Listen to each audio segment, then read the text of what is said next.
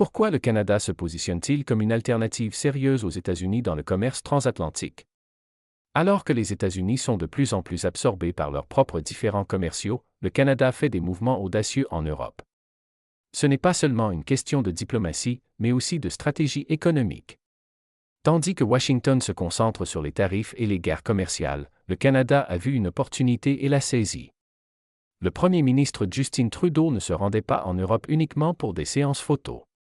Il était là pour délivrer un message clair: les Canadiens ont une offre sérieuse. Cette démarche constitue un défi direct pour les fournisseurs américains sur les marchés européens.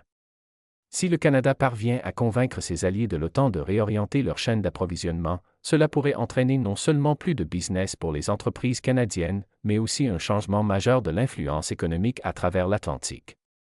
Les États-Unis, eux, ne s'y attendaient pas.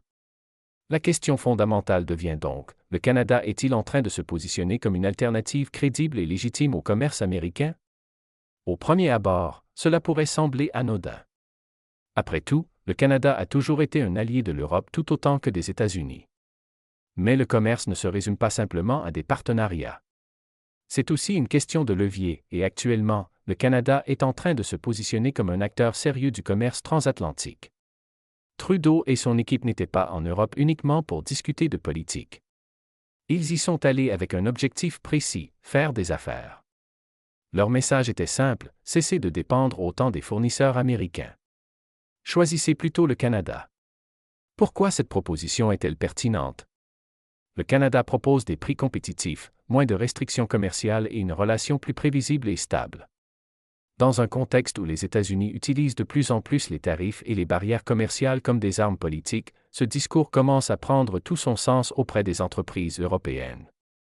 Cette stratégie repose sur l'Accord économique et commercial global, AECG, un accord entre le Canada et l'Union européenne en vigueur depuis 2017.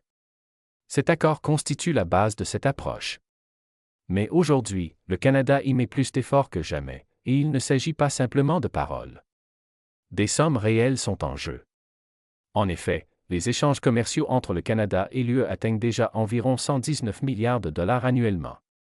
Cependant, si les entreprises européennes décident de déplacer même une petite portion de leur chaîne d'approvisionnement des entreprises américaines vers les entreprises canadiennes, l'impact économique pourrait être colossal.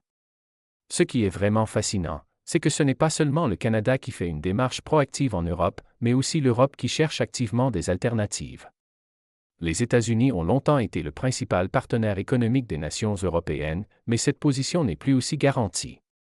Le monde change et les nations européennes cherchent des moyens de diversifier leurs relations commerciales. Le Canada leur offre une solution pour ce faire, tout en leur permettant de maintenir leurs liens avec les États-Unis. Mais pourquoi maintenant?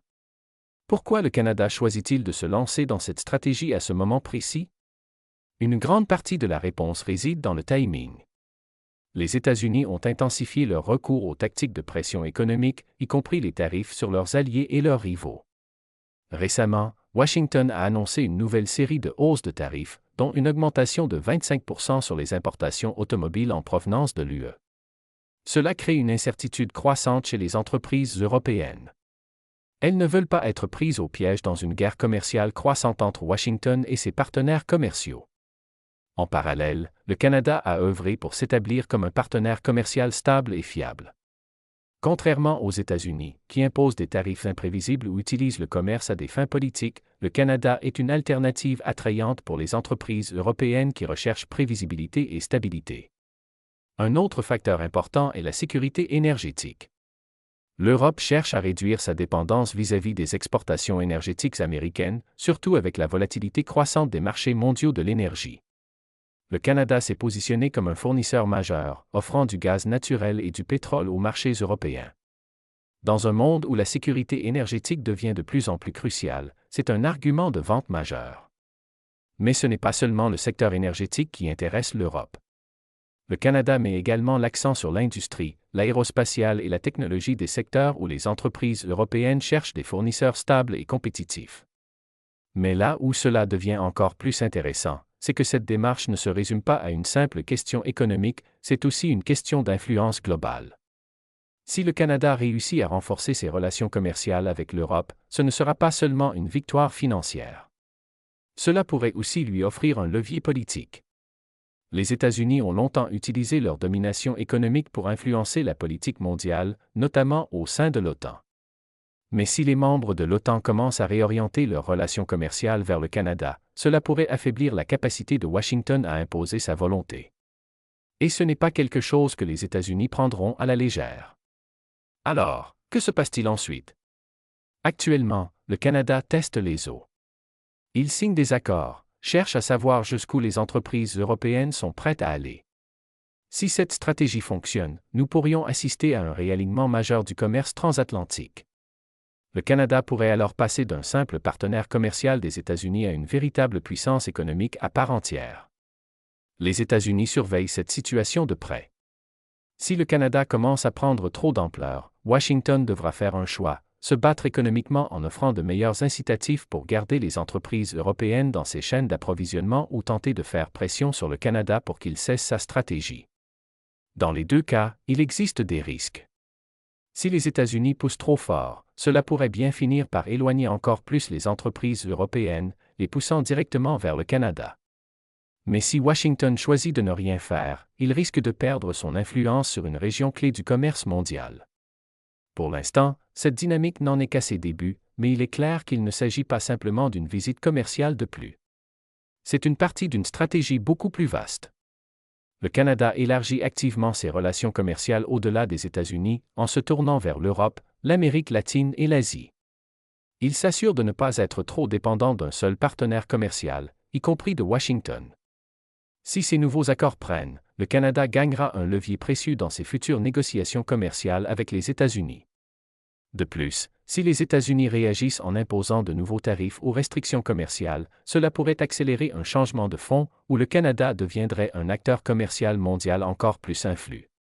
Une chose est claire, cette démarche n'est pas simplement une affaire de commerce ordinaire. Le Canada prend des mesures calculées pour se positionner comme une véritable puissance commerciale. Et que Washington l'accepte ou non, ce mouvement est déjà en cours. La vraie question est, la stratégie du Canada réussira-t-elle? Ou les États-Unis parviendront-ils à ramener l'Europe dans leur orbite économique? Ce qui est certain, c'est que le Canada ne se contente pas de parler politique, il sécurise de véritables gains économiques. Il s'agit de quelque chose de plus grand qu'une poignée de main lors d'une conférence de presse. Il s'agit de s'assurer que le Canada ait une place à la table quand il s'agit du commerce mondial. Le message à l'Europe est clair, le Canada n'est pas une option secondaire. C'est une alternative sérieuse aux fournisseurs américains. Et ce changement est déjà en marche. Le fondement de cette stratégie repose sur l'AECG. L'accord, signé en 2017, a déjà permis une croissance de 66% du commerce entre le Canada et l'UE. Cela montre que cet accord n'est pas seulement symbolique, mais qu'il transforme réellement la manière dont les affaires se font. Mais ce n'est pas uniquement une question de chiffres commerciaux. Il s'agit de chaînes d'approvisionnement, d'influence économique et de positionnement à long terme. Pour l'instant, tout semble indiquer que le Canada est sur la bonne voie.